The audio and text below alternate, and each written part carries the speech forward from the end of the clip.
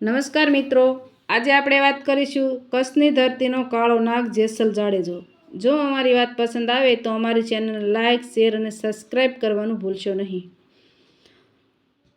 અડધી રાત વીતી ગઈ હતી, સારે તરફ સોંપો પડી ગયો હતો, છતાં સૌરાષ્ટ્રના સંત સાસતિયા કાઠીને ત્યાં પાટની પૂજન વિધિ પ્રસંગે ભજન મંડળી જામેલી હતી અને જરાય મંદ પડી ન હતી। મંજીરા વાગતા હતા અને એક પછી બીજું ભજન ચાલુ જ રહેતું હતું। સાસતિયા કાઠી જાગીરદાર હતો અને તેની પાસે એક તોરી નામની એક પાણીદાર ઘોડી હતી। તોરી ઘોડીની ખ્યાતિની વાતો કચ્છના બહાદુર બારવટિયા જેસલ જાડેજાને કાને આવી। જેસલે આ જાસવંત ઘોડીને કોઈ પણ રીતે પ્રાપ્ત કરી લેવાનો નિર્ણય કર્યો। એટલા માટે જ લાગ જોઈને જેસલ જાડેજા સૌ ભજનમાં વ્યસ્ત હોય ત્યારે નજર ચૂકવીને તોરી ઘોડી ઉઠાવી જવા અહીં સાસતિયા કાઠીને ઠેકાણે આવી પહોંચ્યો હતો। આવતા વેત જેસલ કાઠીની ઘોડામાં પેસી ગયો।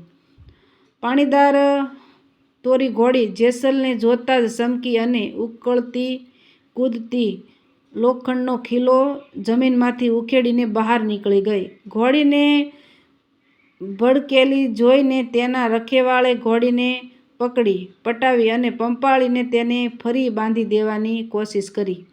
ઘોડીના રખેવાળને ઘોડી સાથે જોઈને ઘોડી લૂંટવા આવેલા જેસલ જાડેજા ઘાસના ઢગલા નીચે છુપાઈ ગયો। રખેવાળે ઘોડીના ખીલાને ફરીથી જમીનમાં ખોપી દીધો, પરંતુ બન્યું એવું કે એ ખીલો ઘાસની અંદર પડી રહેલા જેસલ જાડેજાની હથેળીની આરપાર થઈને જમીનમહી પેસી ગયો। તોરી ઘોડી લેવા આવેલા બારવટિયા જેસલની હથેળી ખીલાથી વીંધાઈ ગઈ હતી અને પોતે પણ જમીન સાથે સખત રીતે જકડાઈ ગયો હતો।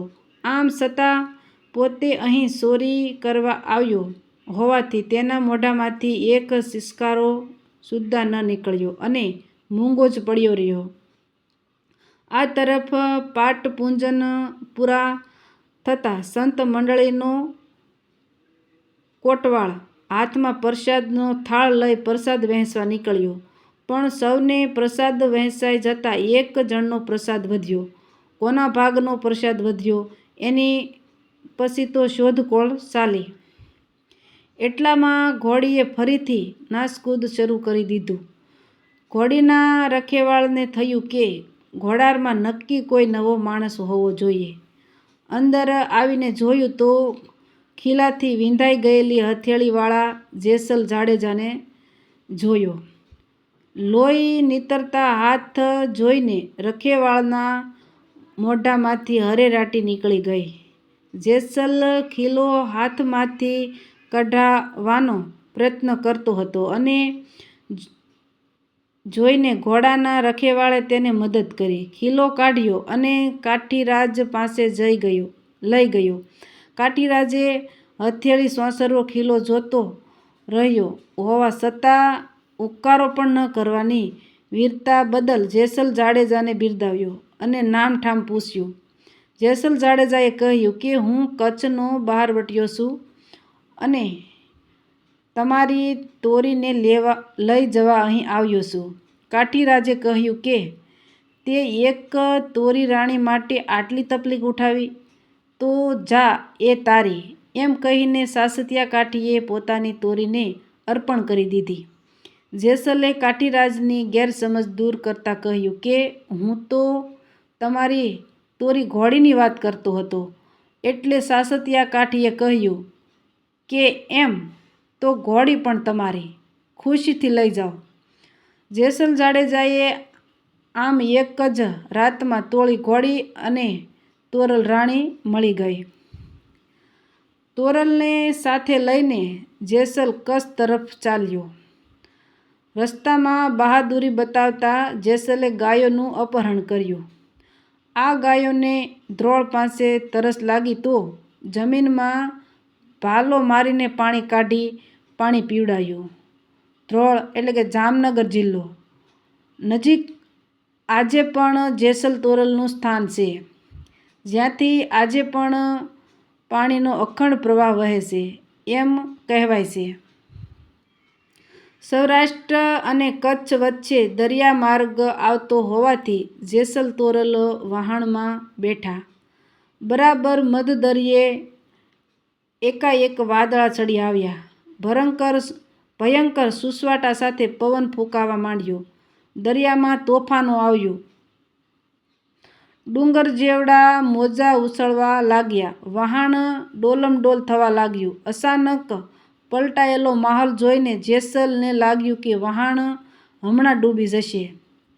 અનેક મર્દોનું મર્દન કરનાર જેસલ આજે કાયરની માફક કાંપવા લાગ્યો. સામે તોરલ શાંત મૂર્તિ સમી બેઠી હતી. એના મુખ પર કોઈ ભય ન હતો, પણ શાંત તેજસ્વીતા હતી. જેસલને આ જોઈને લાગ્યું કે મોતથી ન ગભરાતી આ નારી સિદ્ધિશાળી સતી છે. એનામાં જેસલને દેવી શક્તિ દેખાવા લાગી. જેસલનું સઘળું અભિમાન ઓગળી ગયું અને તે સતીના શરણોમાં ઢળી પડ્યો. તેણે આ ઝંઝાવતમાંથી બચવા માટે તોરલને વિનંતી કરવા માંડી. તોરલે જેસલને પોતે કરેલા પાપો જાહેર કરવાનું કીધું. ગરીબ ગાયની માફક જેસલ પોતાના પાપનું પ્રકાશન કરવા લાગ્યો. એના અંતરની નિર્દયતા નિષ્ઠ થઈ ગઈ. અભિમાન ઓગળી ગયું અને બીજી તરફ સમુદ્રનું તોફાન શાંત થઈ ગયું. થોડા જ સમયમાં બહારવટિયા જેસલના જીવનમાં ધરમૂળનો પલટો આવી ગયો અને તેનો હૃદય પલટો થઈ ગયો. જેસલને જ્યારે દરિયામાં મોત દેખાયું ત્યારે તેનું બધું અભિમાન ઓગળી ગયું. મોતની તે પારેવાની માફક ડરવા લાગ્યો અને તેને શૂરવીરતા પણ નાની પડવા લાગી. આ પછી તેને જે ફિલોસોફી લાદી એ જેસલ તરફની કથાના નિચોડ છે, જે આપણે લઈ શકીએ છીએ આપણી જિંદગી ઉજાળવા માટે. આજથી 500 વર્ષ પહેલાં કચ્છ કાઠિયાવાડમાં જેસલ જાડેજાની હાંક વાગતી.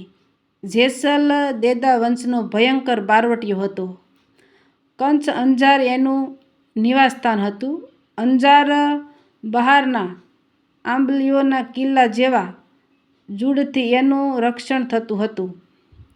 જેસલ રાવ સાંદાજીનો કુંવર હતો અને અંજાર તાલુકાનું કીડાણા ગામ અને ગરાસમાં મળ્યું હતું. પણ ગરાસમાં હિસ્સામાં વાંધો પડતા એ બારવટે સડ્યો હતો.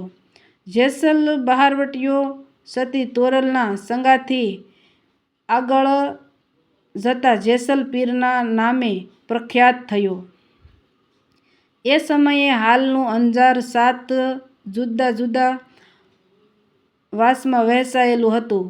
7 વાસે એ સમયે આજાડના વાસ તરીકે ઓળખાતા અંજારમાં હાલ સોરઠિયા વાસને નામે ઓળખાતું ફળિયું એ જૂના વખતનો મુખ્ય વાસ હતો. એનું તોરણ વિક્રમ સંવત 106માં કાઠી લોકોએ બાંધ્યું હતું. એ વાસનો જાંપો હાલ અંજારની બજારમાં મોહનરાયજીનું મંદિર છે ત્યાં હતો. અંજારની બહાર ઉત્તર તરફ આવેલા આંબલીઓના જૂડ એ વખતે અતિ ભયંકર અને એવા ખીસોખીસ હતા કે એની અંદર સૂર્યનારાયણના કિરણો પણ ભાગ્યે જ પ્રવેશ કરી શકતા. આ અતિગીચ વનનું નામ કજલી વન રાખવામાં આવ્યું હતું. જેસલ જાડેજા આ વનમાં વસતો હતો. ચારે તરફ એના નામથી ધાક પડતી. મારફાટ અને લૂંટફાટ એ એનો ધંધો હતો. એણે એટલા પાપ કર્યા હતા કે જેનો કોઈ પાર ન હતો. પરંતુ ઉપરના દરિયાના બનાવ પછી જેસલ સુધરી ગયો હતો અને ભક્તિમાં સમય ગુજારવા લાગ્યો હતો. એક વખત જેસલની ગેરહાજરીમાં એમને ત્યાં એક સંત મંડળી આવી. ઘરમાં સંતોના સ્વાગત માટે પૂરતી સામગ્રી ન હોવાથી મૂંઝાયેલા સતી તોરલ સધીર નામના મોદી વેપારીની દુકાને ગયા. વેપારીની દાનત બગડી અને તોરલ પાસે પ્રેમની આસના કરી. તોરલે માંગણીનો સ્વીકાર કર્યો અને રાત્રે આવવાનું વચન આપી જોઈતી ચીજ વસ્તુઓ લઈ લીધી. સંત મંડળીનો ઉચિત સત્કાર કર્યા. રાત પડતા ધોધમાર વરસાદ શરૂ થયો. સતી તોરલ વરસતા વરસાદે વચન પાલન કરવા સધીરને ત્યાં પહોંચી. સધીરે જોયું કે સતી તોરલના કપડા પર પાણીનું એક બૂંદ શુદ્ધ ન હતું. આ ચમત્કાર જોઈને તેની શાન ઠેકાણે આવી અને સતીના પગે પડી ગયો. પસ્તાપ કરતો એ વાણિયો સતીનો પરમ ભક્ત બની ગયો. એ સમયે કચ્છમાં જેમ જેસલ અને તોરલ પવિત્ર વ્યક્તિ તરીકે જાણીતા હતા, એમ મેવાડમાં રાવળ માલદે અને રાણી રૂપાદે ગણાતા થતી હતી. એકબીજાના દર્શન માટે આ બે જોડા તલસતા હોવાથી જેસલ જાડેજાએ રાવળ માલદે અને રાણી રૂપાદે કચ્છ આવવાનું નિમંત્રણ આપ્યું હતું. આથી એ બંને અંજાર આવવા નીકળી ગયા હતા. પરંતુ તેઓ અંજાર પહોંચે એના પહેલે દિવસે જેસલે સમાધિ લઈ લીધી હતી. રાવળ માલદે અને રૂપારાણીએ આવેલા જોઈને તોરલે જેસલને જગાડવા એક તારો હાથમાં લીધો. લોકકથા કહે છે કે પછી જેસલ 3 દિવસની સમાધિમાંથી જાગ્યા અને સૌને મળ્યા. તોરણો બંધાયા, લગ્ન મંડપ રચાયો. જેસલ તોરલ મૃત્યુને માંડવે સોરી ફેરા ફર્યા. એકબીજાની સોડમાં 2 સમાધિઓ તૈયાર કરાવીને ધરતીની ગોદમાં સમાઈ. કચ્છમાં કહેવાય છે કે આ 2 સમાધિઓ દરેક વર્ષ જરા જરા હટતી એકબીજાની નજીક આવતી જાય છે. જેસલ હટે જવભાર અને તોરલ હટે તલભાર એવી લોક કહેવત અનુસાર આ સમાધિઓ એકબીજાથી તદ્દન નજીક આવે ત્યાર પ્રલય જેવો કોઈ બનાવ બનશે. આવા જ નવા વિડીયો જોવા માટે અમારી ચેનલને લાઇક, શેર અને સબસ્ક્રાઈબ કરજો.